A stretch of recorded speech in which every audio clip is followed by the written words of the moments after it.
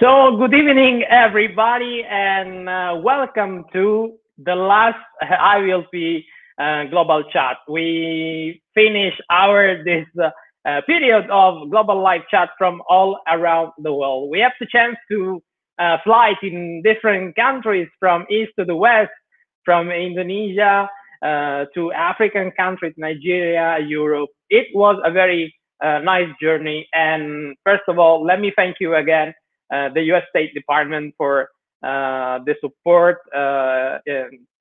about this global IVLP chat. The aim of this chat, of course, is to try to understand what happened not only in our country, but of course, even outside of our country and all around the world. And tonight, we have the chance to visit in a country that I never been. So I used to, of course, interview and add some friends from all around the world. So I try to keep in contact with them and maybe visit one day the beautiful country of Mexico.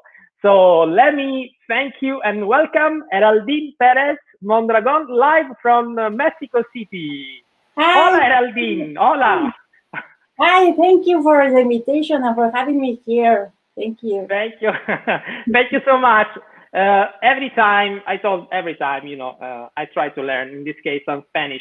My Spanish is horrible. I'm stopping myself in hola. But do you have other way to say hello or welcoming in Spanish, in Mexican? Well, it could be hola, bienvenido. Very similar to Italian. You don't have to Yeah, worry. so, The Spanish yeah, could be so great. So, Geraldine, bienvenida in this global IVLP chat. Today with you, we're gonna finish this little first part of global IVLP chat. I'm very happy to close this cycle, and maybe we'll, of course, open another cycle of global IVLP. Yeah, I think too. It was a great job you did with these IVLP interviews. Definitely. Every time I go all around the world, I have the chance to learn something, to see coronavirus in this case from another viewpoint. Not only, I always say, not only from the negative side, but from the positive side. So what we can do and how people react to coronavirus. So, in which city are you in this moment? Well, I am in Mexico City. Now we are one of the countries that where coronavirus is more increased more lately in these late days. But well, we are trying to. We are now locked down a part of Okay. the city. A lot of people are still working, but we are now in very hard situation because Mexico City had a government with a lot of difficult to manage this virus because despite we got all the information of how in China it's happening and how in Europe the things are going, the government acts wrong and acts very late. So Wow. now we got a lot of troubles. We really don't know how many cases really are because we are no testing. Test is one of the most important things that uh, World Health Organization recommend. But in Mexico, we are one of the countries that we are now tasting. We are the last country in, well, this, for example, in this Organization of Economic Cooperation and Development, Mexico is the last country that we are testing. We are below even of Iceland. Mexico is Okay. only doing 0.4% per 1,000 million one test in a lot of Yeah. countries. I don't know, maybe I can tell you, for example, in Iceland, they are doing 134 testings for 1,000 million people. So we are very concerned about now how Mexico is getting with the situation.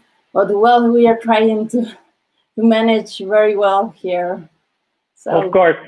So, this coronavirus, I think it was a surprise for everybody, because maybe since at the beginning, I talk about Italy, of course, in some ways, many times you don't understand, at least at the beginning, how powerful was, unfortunately, this coronavirus. So it spread, and of course we try to control it. As you know, in Italy now, we can go around, of course, using the mask. Finally, the shops, the activity are now open, but of course we have to use the mask. We have to keep the social distancing, because unfortunately we had a lot of deaths. Coronavirus, Mexico City is one of the biggest city in the. How many inhabitants got Mexico City? More or less, of course, because well, in Mexico City, more or less about 8,000 million, 500. It's massive, because we have a lot of people here, so it's complicated to manage with a lot of people. And Mexico, it's the center of all the country, so we got here a lot of people that needs to go to work, so we can stop it. Exactly. So it's kind of complicated. But yeah. Many times I try to complain about the traffic jam in Rome, Whoa. but I think it's nothing compared to the traffic jam of Mexico City. I mean, but no way. No, it's a well-organized city. Yeah, no, traffic jam, it's crazy here a lot. We got, I don't know, peak of time that traffic is well, you can imagine. Sometimes from my work, I have to drive about an hour, and without traffic, it's only 20 minutes. So you can imagine. You can maybe the helicopter is the only way. We can buy. Geraldine, let me introduce you to our fellow watchers now. So Geraldine, from Mexico City. She's the Technical Secretary, Office of International Affairs, National Executive Committee, National Action Party, and he also was Deputy Director in Gilberto Bosquet International Study Center, Senate of Mexico, 2012-2018. So you are, of course, an expert on international side, but you was working in the Senate, so you are also expert of course, politics, and you was in United States of America for the IVLP program. What was the focus of your IVLP program? Well, you understand this emotion, like when you were nominated and then you were accepted. So let me tell you that we were one of, or maybe we were the last group we were in IVLP, because actually, I came from Miami one day earlier before we got in Seattle. Wow. Because just one day before it was announced that Donald Trump closed the border with Europe. So a lot of my fellows in this, we were a multi-regional group. So we were countries from Belarus, Moldova, Israel, Poland, Malaysia, a lot of countries. We were 20. So we have to left 2 days before we were planned, because, the borders are closed, and, and the amazing experience during these 3 weeks in USA. We traveled around the US. We started in Washington, and then we learned about how all this electoral process, because our program were entitled US Electoral Process. So we were to learn about the development of democracy, and we were to learn about the election center and voting center. And after we were in DC, we were to Sacramento, and in Sacramento we were we participate as observators electoral. So we saw how the elections works in the USA. So there, my split city, you know that sometimes they make this kind of splits. We went to my city were Denver, and then we were to be all of the group will be united in Miami to close to do all this closing session, but we didn't do of that because of coronavirus started to be exploding in USA. So we have to get back later, but before. But let me tell you that all this time in America, I was asking to my family what happened with coronavirus here in Mexico, and my family told me nothing's happening here. Everything is like fine. Nobody tells tell us anything. So when I arrived to Mexico, I entered to the airport like normal people, nobody checking me temperature, nobody asking me where we were. And you know this experience, you travel around the world, you have a lot of meetings. And so I started to see that my other fellows were locked down before they arrived to their houses. So it was a kind of great or great or at the same time or a strange history because we have to live this coronavirus crisis. But well, we enjoy our to be ideal. Definitely. I'm showing this picture. So usually, I voted. Ya voté is in Spanish and also in Chinese. There are a lot of Latin community in USA, so also Chinese. You were there. They help you. You can vote electronical way, but also you can go to vote and do all this. We were here in California Museum, and it's very, very interesting how it works because it's totally different sometimes of what you see in what I saw in Mexico. Right. But how it works, so everything is electronical and it's safe. We can say it's safe because it's protected.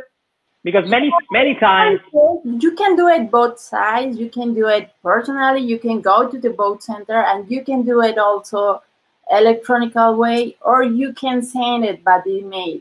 So you can go and put your ballot in the mail, and they're going to send it. But also you can go to vote center, and the difference is maybe that you have to do it a month before. But it's very safe, and in USA, the things are very good controlled in this way. It's no way to be insecure.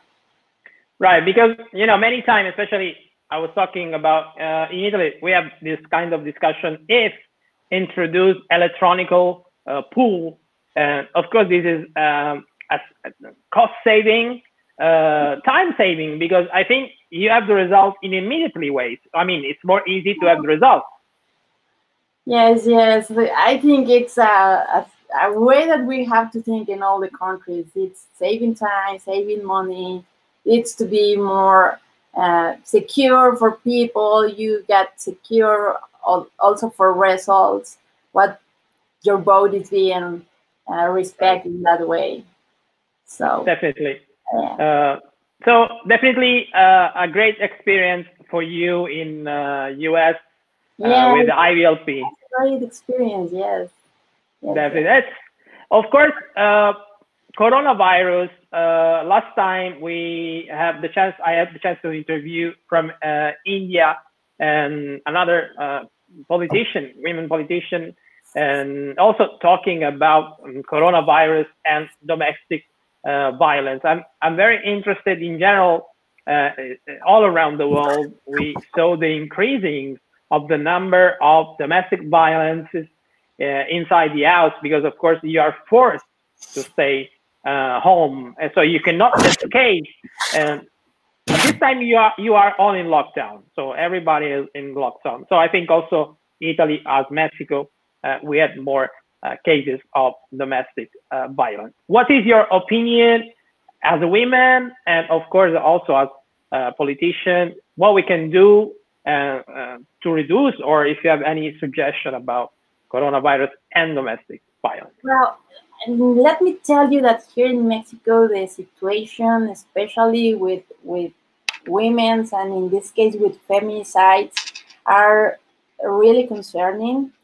We started lockdown about 23rd March. We started with these things of teleworking. So the women are the ones who are receiving all the charge of the work because they all of have to take care of the children, take care of the house, but at the same time doing a lot of work.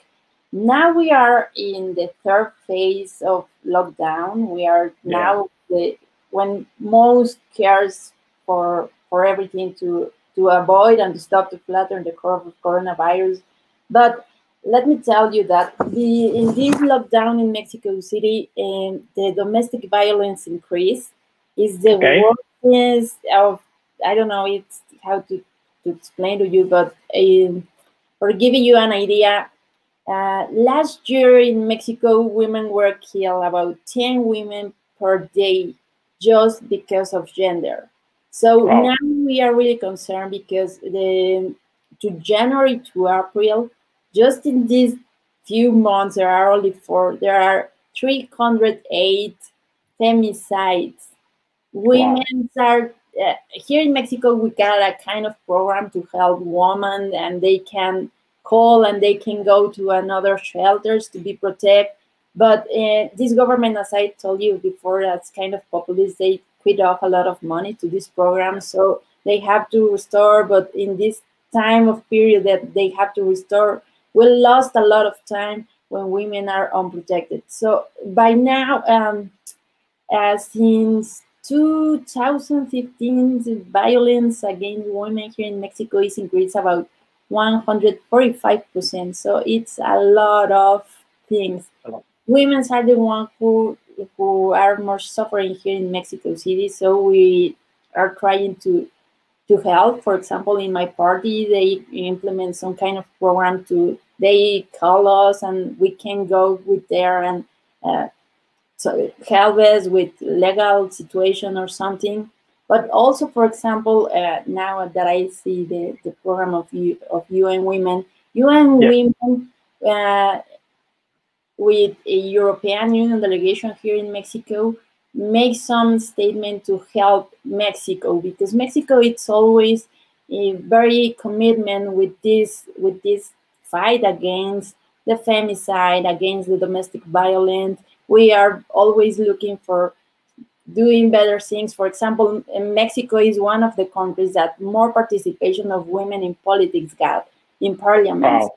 But on the other hand, we got a very difficult culture that we call machismo, that we are with that, even that. And for example, what I can tell you is that of these 10 women that are killed by day, 40% of them know their killer. So it's very concerning because they are killed because of their husbands, of boyfriends, someone who knows them. So it's very difficult situation here by now with this.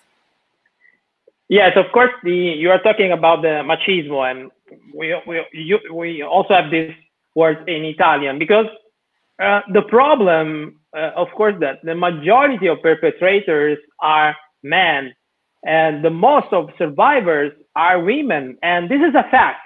This is a fact we cannot escape on with. So we have to understand how to help, of course, the survivors against the violence, of course, in this case, domestic violence. But from the other side, we also must understand how to destroy this machismo model all around the world. Because many men feel that to be a real man, we say real, like sarcastically way, you must beat your wife, you must raise up your voice to demonstrate to other men that you are man and you are not less man than the other. Yes, well, I think we got a lot of work to do with that because it's a cultural theme, it's how the family raised, but I think it's not impossible. I think we can do that. Actually, UN Women got this program, He for She, and a lot of men are concerned about the situation. I got a lot of friends, my own family, that are very committed to do these kinds of things that you as man can do and sign and be there and protect women. But I think it's a lot of work to do, but it's not impossible to do it. Unfortunately, dear Geraldine, we are running out of the time, and I like to close this nice global IVLP chat. Just talking about also the tradition, because many times, of course, in Italy, we know Mexico, the first speech, because in Italy, we like to eat, as you know, we see from my face. Unfortunately, I like to eat, especially lockdown, it was the end. But we know Mexico for the delicious food, and from you can come whenever you want. and from the wonderful from the wonderful land of. But I'm very curious about the Dia de los Muertos. This is one of the beautiful. Let me show something, and so you can talk about this. Yes. What is the Dia of los Muertos? Well, Dia de los Muertos is one of the most wonderful traditions here in Mexico, because Mexicans, what we did is to remember and honor our loved ones that have passed away. So it's not a sad tradition, it's a very colorful tradition. We went to cemeteries, we decorate the graves, and we spend time in there. A lot of people put this flower, this yellow orange flower that called cempasúchil, and make adorns in the graves. A lot of people, it's with music. So you can spend time in there, because we believe that in that 2 days, 1st and 2nd of November, our beloved ones came back and spent time with us. So we, in our houses, if we are not going to cemeteries, we in our houses put these altars, very colorful altars with flowers, with wine, with favorite dishes of our beloved ones.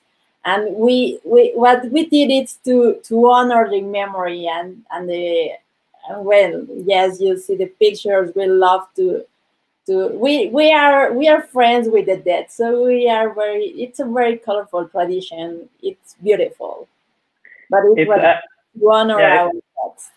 It's very nice. Just to remind you, this is open free discussion, as you know, and let me read some comments from one of my fellow IVLP alumni delegates, Caliet. There is a comment. So let's go back to the gender equality and domestic violence. So let's teach our children that one gender is not better than the others. That's one way to stop gender-based violence. With Kali, totally. It's definitely. So thank you, Caliet, for this comment. Do you have a comment on this? Yeah. Well, I think exactly. It's the only way to be this way. It's to be equal. No men are better because are men, and even in work, because you are men, you have to a better position or something. So I totally agree with your friend that the only way is to be equal.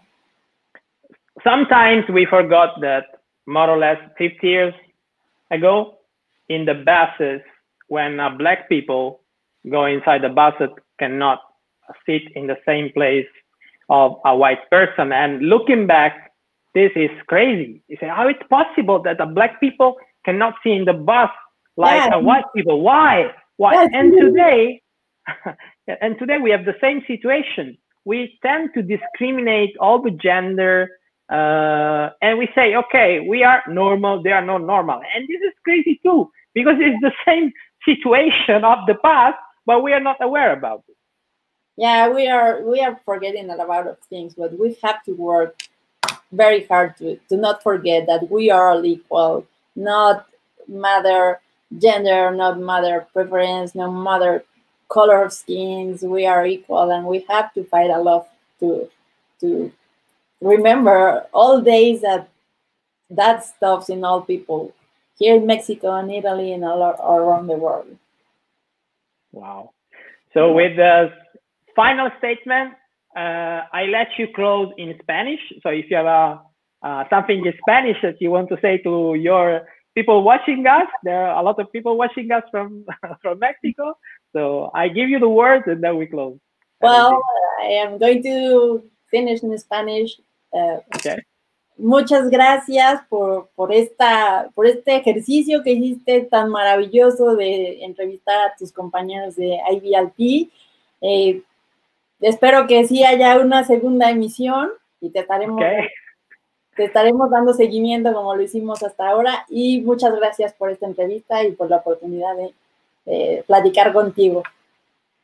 Jeraldine, muchísimas gracias to be here today. You are a great example to many women and also to many men to follow the right path to establish gender equality, to destroy this example of machismo, and together building a new and modern and respectful society.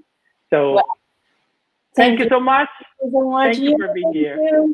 Grazie mille. Italian, always you go back for me. So, grazie mille, Jeraldine. Thank you to be here. Thank you, everybody, for watching this global IVLP chat. It was a pleasure and honor to interview all of us. We understand that we are a global world, and all together we are a team, a family, and together we definitely can build a better world. So thank you so much. Thank you for watching me. Thank you, Jeraldine, to be the last but not least interview.